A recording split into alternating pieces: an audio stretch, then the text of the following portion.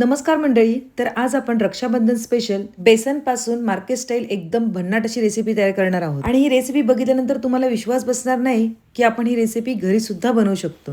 आणि घरी असलेल्या उपलब्ध मोजक्याच साहित्यांमध्ये ही रेसिपी तयार सुद्धा होते. त्यासाठी सगळ्यात पहिले आपल्याला 1 कप एवढं बेसन घ्यायचं आहे आणि बेसन हे आपल्याला चाळून घ्यायचे आहे. बेसन व्यवस्थित चाळून घेतल्यामुळे त्याच्यामधले अजिबात गुठळ्या राहत नाही आणि आपलं जे बॅटर आहे ते एकदम परफेक्ट असं तयार होतं.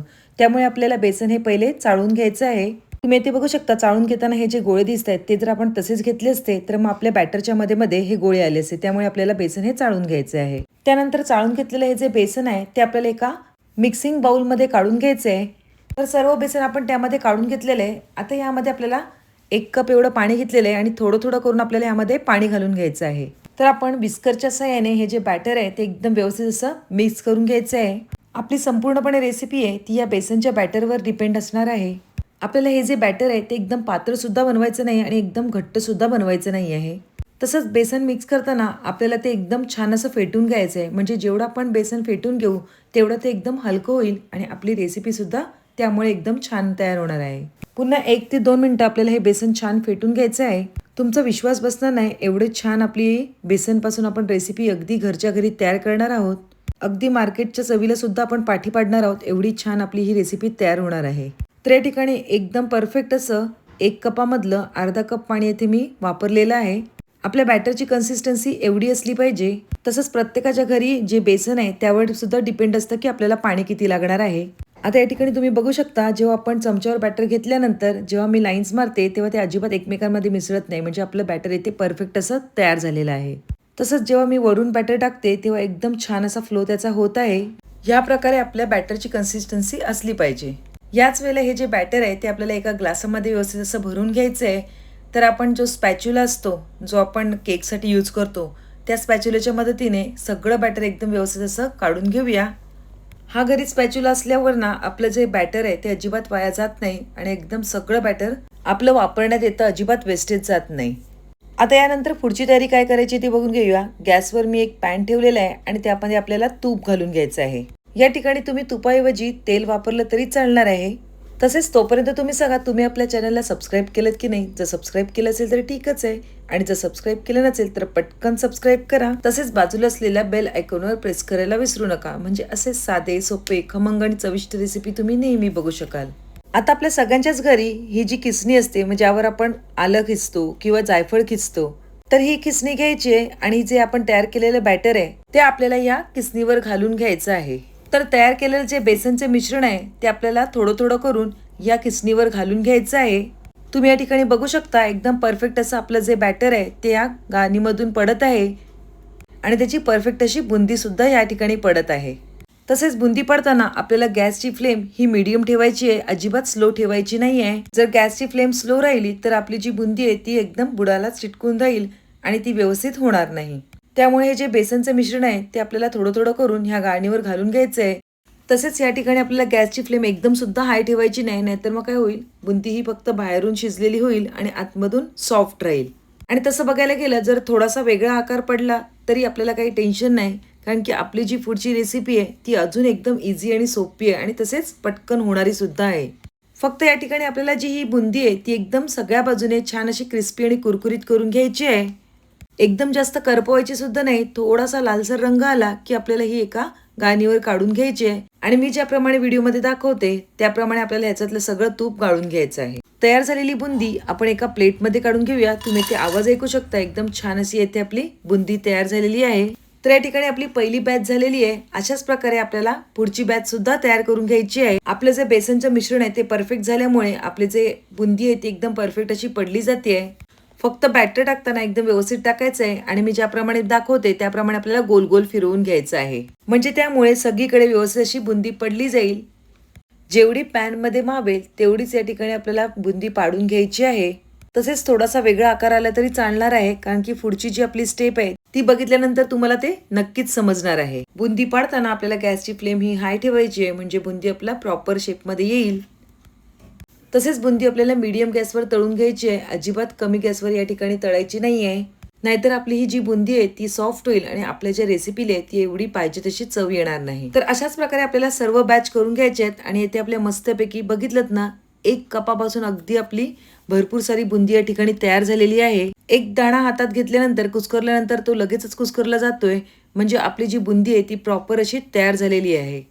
आता ही बुंदी तुम्ही रायत्यासाठी वापरू शकता किंवा अशीच सुद्धा खाऊ शकता. आता ही थंड होऊन द्यायची आहे आणि पुढे काय करायचं ते बघून घेऊया. त्यानंतर या ठिकाणी गॅसवर मी एक कढई ठेवलेली आहे आणि त्यामध्ये 1 कप साखर आणि 1 कप पाणी घालून घेतलेलं आहे. आता यामध्ये आपल्याला ही जी साखर आहे ती व्यवस्थित विरघळवून घ्यायची आहे. तर या ठिकाणी मी गॅसची फ्लेम एकदम हाय ठेवणार नाही, कारण की आपल्याला अजून एक स्टेप करायची आहे. त्यामुळे आपल्याला गॅसची फ्लेम ही एकदम मंद ठेवायची आहे.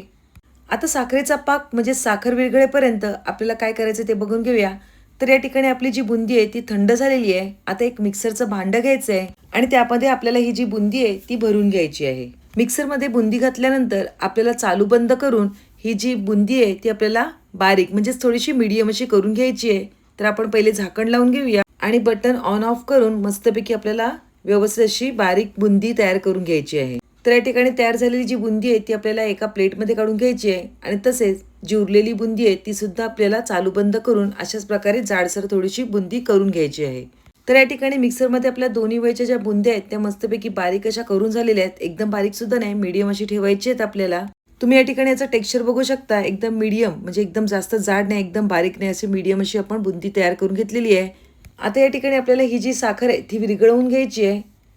आपण पाकामध्ये थोडीशी वेलची पावडर घालून घेऊया आणि तसेच खाण्याचा कलर या ठिकाणी मी घातलेला आहे. तर या ठिकाणी या पाण्यामध्ये मी ऑरेंज रेड असा कलर घालून घेतलेला आहे.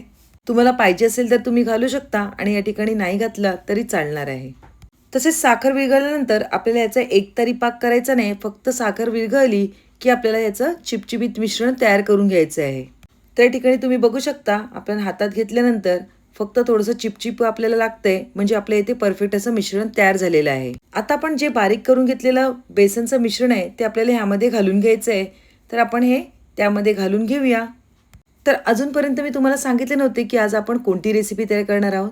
तर आज आपण रक्षाबंधन स्पेशल बेसनपासून अगदी मार्केट स्टाईल बुंदीचे लाडू घरच्या घरी तयार करणार आहोत. आता तुम्हाला हे मिश्रण पातळ वाटलं ना तरी पण अगदी परफेक्ट असं आपली जी बुंदी आहे ती यामध्ये सोक होणार आहे आणि आपलं जे बॅटर आहे ते एकदम परफेक्ट असं तयार होणार आहे. तुम्हाला ते समजेलच. अगदी काही सेकंदातच आपलं जे मिश्रण आहे ते एकदम घट्ट व्हायला सुरुवात झालेली आहे. तुम्ही इथे बघू शकता आणि आपलं जे बॅटर आहे ते आपल्या पॅनच्या म्हणजे कढईच्या कडा या सोडायला लागलंय, म्हणजे आपलं बॅटर हे एकदम परफेक्ट असं तयार सुद्धा झालेलं आहे. तुम्हाला विश्वास बसणार नाही, एवढे स्वादिष्ट आणि एकदम छान असे लाडू तयार होतात. काही सेकंदातच आपली जी बुंदी आहे तिने छान असा हा जो पाक आहे तो सोक केलेला आहे. आता आपल्याला गॅस बंद करून घ्यायचा आहे आणि यावर एक 5 ते 10 मिनिटं झाकण ठेवून घ्यायचं आहे. म्हणजे काय आपली जी बुंदी आहे ती एकदम मस्तपैकी सोक होईल आणि रसरशीत तयार होईल. एक 10 मिनिटानंतर आता बघून घेऊया. येथे आपली परफेक्ट अशी बुंदी तयार झालेली आहे. मी चमचा ढवळल्यानंतर तुम्हाला दिसत असेल एकदम परफेक्ट असं टेक्स्चर याचं झालेलं आहे. आता ह्याच्यातली जी वाफ जाऊ नये यासाठी मी एकाच ठिकाणी जरा सगळं बॅटर आहे ते गोळा करून ठेवलंय, म्हणजे आपले लाडू वळताना एकदम परफेक्ट असे लाडू वळले जातील. आता या ठिकाणी बऱ्यापैकी मिश्रण थंड झालेलं आहे. आता आपल्याला हे लाडू वळून घ्यायचे आहेत. अगदी सहजच हे लाडू वळले जातात. तुम्ही ते बघू शकता. हातात बॅटर घेतल्यानंतर अगदी परफेक्ट असं आपलं जे बॅटर आहे ते गोल होत आहे आणि त्याला छान असा लाडूचा आकार सुद्धा येत आहे. तुम्हाला पाहिजे असेल तर तुम्ही यामध्ये मगजच्या बिया किंवा ड्रायफ्रुट्स घालू शकता. वाव, येथे मस्तपैकी कणीदार आपला बुंदीचा लाडू येथे तयार झालेला आहे. अगदी घरच्या घरी सर्व स्वच्छतेची काळजी घेऊन घरच्या घरी उपलब्ध असलेल्या साहित्यामध्ये आपण हे जे बुंदीचे लाडू आहेत ते तयार केलेले आहेत. आणि खरं सांगू ना, आपण जी गोष्ट घरी तयार करतो ना आणि त्याच्यामध्ये जे प्रेम आणि माया असते ना ते मार्केटमधून रेडीमेड आणण्यामध्ये अजिबातच नसते. आणि खरंच खूपच अप्रतिम असे आपले इथे बुंदीचे लाडू तयार सुद्धा झालेले आहेत. तुम्ही या ठिकाणी लाडूंचा आकार तुमच्या आवडीनुसार कमी जास्त करू शकता. मी या ठिकाणी एकदम लहान पण नाही आणि एकदम मोठा पण नाही, मीडियमच या ठिकाणी मी लाडूचा आकार ठेवलेला आहे.